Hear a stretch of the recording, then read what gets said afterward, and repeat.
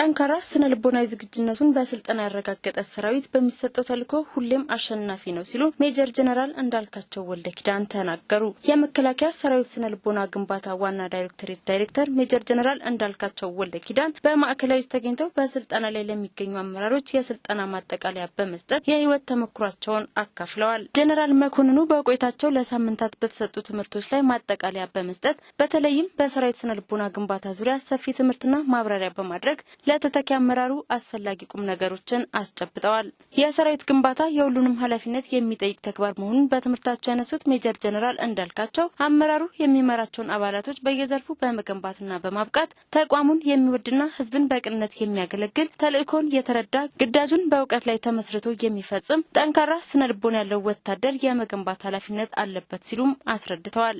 የሰራዊቱን ስም በማጠልሸት ጀግንነቱን በማጣጣልና ለሀገር የሚከፍለውን ክብር መስዋዕትነት በማንኳሰስ እኩይ ተልዕኳቸውን ለመፈጸም የሚንቀሳቀሱ ሐሰተኛ ሚዲያዎችን ለይቶ በማወቅ ከጠላት የሐሰት ፕሮፓጋንዳ መጠበቅ እንደሚያስፈልግ ያስገነዘቡት ጀነራል መኮንኑ መሬት ላይ ያለውን ተጨባጭ እውነት ገሃድ በማውጣት የሰራዊቱን ዘመናዊ ሽሬ ገድል መልሶ ለግንባታ ስራ መጠቀም በቀጣይም ከአመራሩ የሚጠበቅ ተግባር ነው ብለዋል። ማዕከላዊ በየደረጃው የሰራዊቱን አቅም በመገንባት ዘመኑን የዋጀ አስተማማኝ የሀገር ዘብ ለመፍጠር የሚያደርገውን ያላሰለሰ ጥረት ያደነቁት ሜጀር ጀነራል እንዳልካቸው ስልጠናውን በየደረጃው መደገፍና ተፈላጊው ግብ ላይ ማድረስ ሁሉንም የሚመለከት ተቋማዊ ኃላፊነት ነው ሲሉም ገልጸዋል።